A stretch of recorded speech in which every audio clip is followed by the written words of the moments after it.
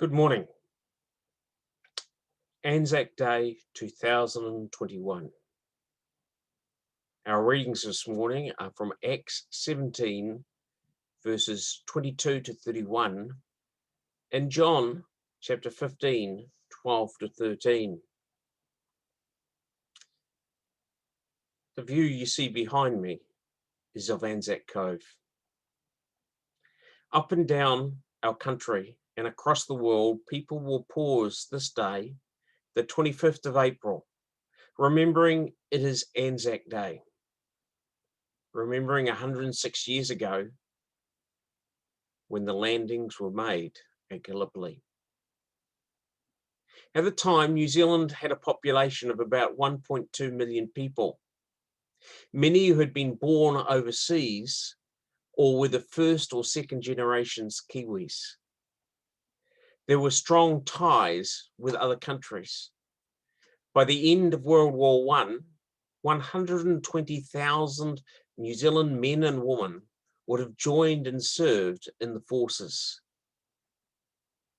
A quarter of these people were to die or were to be wounded. It's hard to understand New Zealand society at the time of World War I, as New Zealand has changed so much since then. One thing we do know is that the Bible was a defining influence on the New Zealand culture at the time.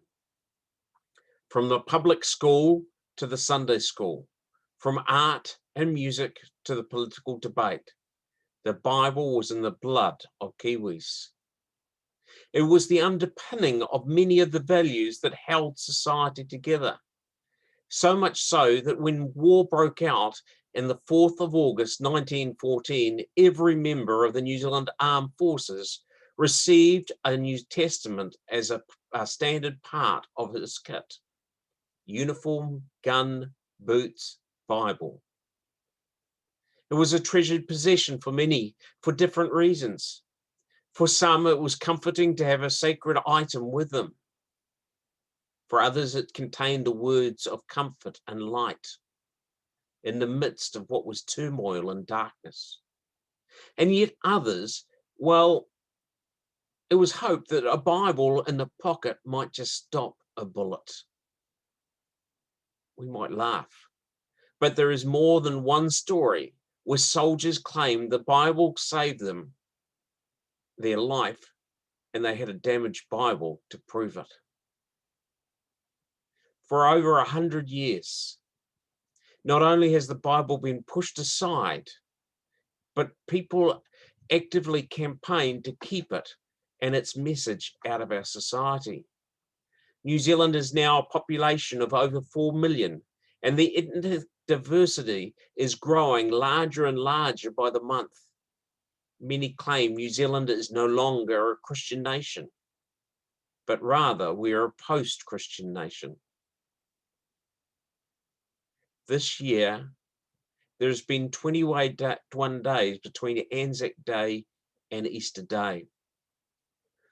For almost 2,000 years, Easter's holy days have been the central religious event in the calendars of the Western world, but some in New Zealand and Australia are suggesting that this should be changed to Anzac Day, as it continues to increasingly stake a claim to replace Easter as a major religious holiday in our 21st century for New Zealanders and Australians. For some, the statement is absurd.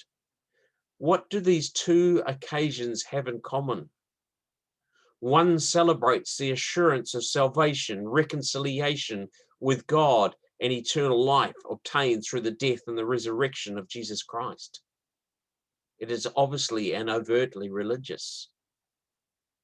Anzac Day, on the other hand, commemorates the sacrifice of Australian and New Zealand soldiers, sailors and airmen in defending the freedom of New Zealand in war. It's not religious at all. Yet, if you think about it, Anzac Day is not simply just another public holiday like Waitangi Day or Queen's Birthday. It has been growing and taking on a character of a state religion in the New Zealand psyche, often subtly, but no less powerfully for that. There is many definitions of religion, but a simple one might be a cause, a principle, a system of beliefs, held with devotion, inspiring zealous devotion, something that they maintain and cherish.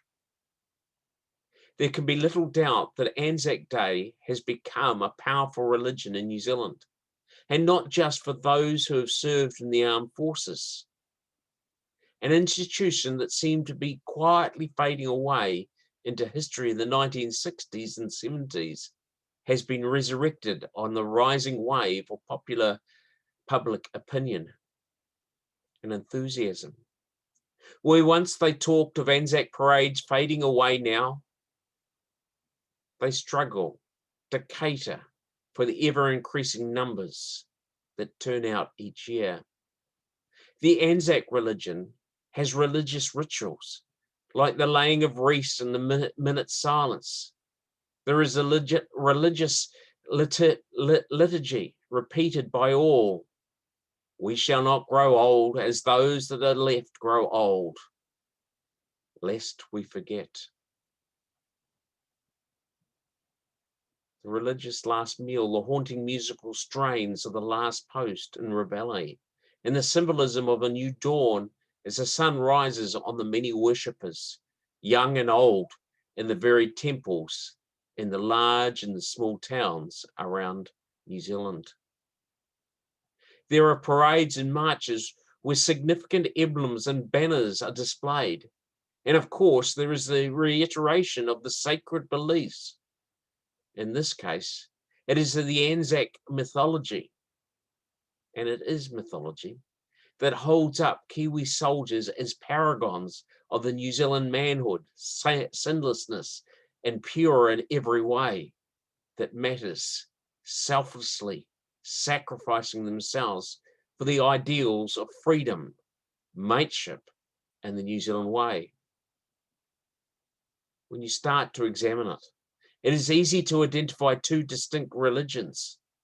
One, the faith in a crucified and resurrected carpenter, which is seemingly doomed in the post-Christian West, and the other, a resurgent religion that cherishes the sacrifices and upholds the virtues of its soldiers, exalts the New Zealand nation, and suggests that the way to be saved is through cherishing and emulating the sacrifice of soldiers of the past. And this leads us to a question. Should Christians be involved in the Anzac commemorations? There are three responses to such a question. The first is that we should reject Anzac Day and all it stands for. And secondly, to just go along with Anzac Day. And the third reaction, to be involved in the Anzac Day and seek to redeem Anzac Day. The first option, should we reject it? Many, even ex-service personnel, have done this. Some because they did not want to remember war, let alone be seen to be celebrating it or even glorifying war. Some Christians reject Anzac Day because of the religious nature it takes on. They would say that the worship of a God who leaves us in no doubt that he will not tolerate no rivals, no other pagan idols to take attention and glory from him. The Anzac religion does just that. To be involved in it encourages syncretism and confuses the true gospel of grace. Others, Christians, reject Anzac religion as a sinful glorification of war at the expense and the cause of social justice and pacifism. Then there's the second option. A second group of Christians would urge us to welcome it wholeheartedly as a celebration of sacrifice and human virtue in the face of adversity. This is especially so as Christians continues to have prominent place uh, in the Anzac events, taking leading roles, the reading of scriptures, hymns, and prayers at most events. How could anything be wrong with this? Therefore, we should give ourselves unreservedly in our support of it. This is the approach taken by most Christians, lay, ordained, and those within the armed forces. But it too is inadequate, as it can imply, if not promote, the idea these soldiers, and by implications all of us, are saved by our good and selfless deeds on behalf of others. Clear Christian teaching teaches that deeds do not matter how great they are, they cannot produce salvation in themselves. We all fall short, and only the sacrificial death of Jesus can make way for us to reconcile with God and save us. So that leaves us the third option, to engage in Anzac Day and to redeem it. There are many laudable elements within the religion of Anzac, the values of self-sacrifice, community, mateship, and redemptive suffering as good and true, and they resonate deeply within many of us New Zealanders. There is an appropriate sense of thankfulness for the sacrifice of others as we cheer them on as they march and remember those that did not come back, and the many others who still carry the mental and physical scars of war. I personally participate in Anzac Day, and while I believe we need to be wary of unreservedly embracing it, I also think we should not reject it. The example of the Apostle Paul in Athens is instructive. Paul could easily have rallied against the pagan religion's beliefs he saw all around him in Athens.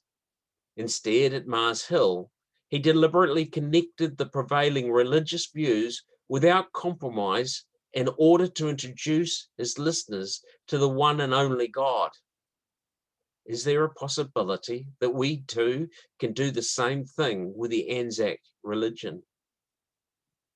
Yes, there are many different ways of doing this, but two potential entry points will suffice as an illustration this morning. To begin with, the Anzac religion values sacrifice. It upholds the selfless act of soldiers, which often cost them their very lives on the battlefield. This is no mythology, but a powerful historical truth. The acts of the human courage and sacrifice were not demonstration of sinless purity, but they should be applauded and lifted high, for they are a reflection of the far greater sacrifice that is made for all of us by Jesus Christ. It is not for nothing that by far the most common reading in Anzac services is John chapter 15, verse 13. Greater love has no one than this, that he lays down his life for his friends. This is a verse that graces countless Anzac graves. A challenge for each of us is to find ways to explain how the sacrifice of the Anzacs is like to that of Jesus, having made the link, then help them to understand Christ and his much greater and eternally significant sacrifice of the cross. On Anzac Day, we rightly say, lest we forget, as we remember the great sacrifice of others for our mortal bodies. But how much more should we remember the immeasurably greater sacrifice of Jesus for our immortal bodies? Lest I forget Gethsemane, lest I forget your agony, lest I forget your love for me. Jesus, lead me to Calvary. Sacrifice is a clear point of entry into the worldview of many New Zealanders. I challenge each of us to look for opportunities to converse with others in this area. A second point of potential cultural connection lies in the beginning of the Anzac religion in Gallipoli in 1915. The fact that New Zealanders remember Gallipoli campaign as their great national day is odd, because we all know that the Gallipoli campaign was actually a disaster.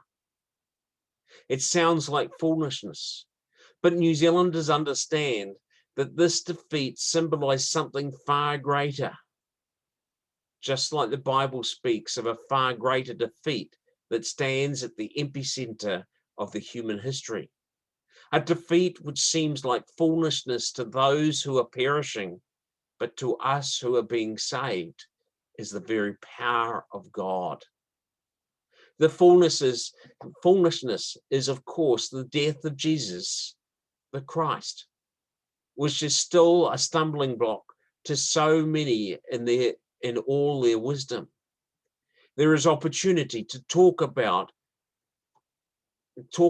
out the defeat. Great things have happened. New Zealand gaining a sense of nationhood. Christ providing salvation to all who choose to follow him.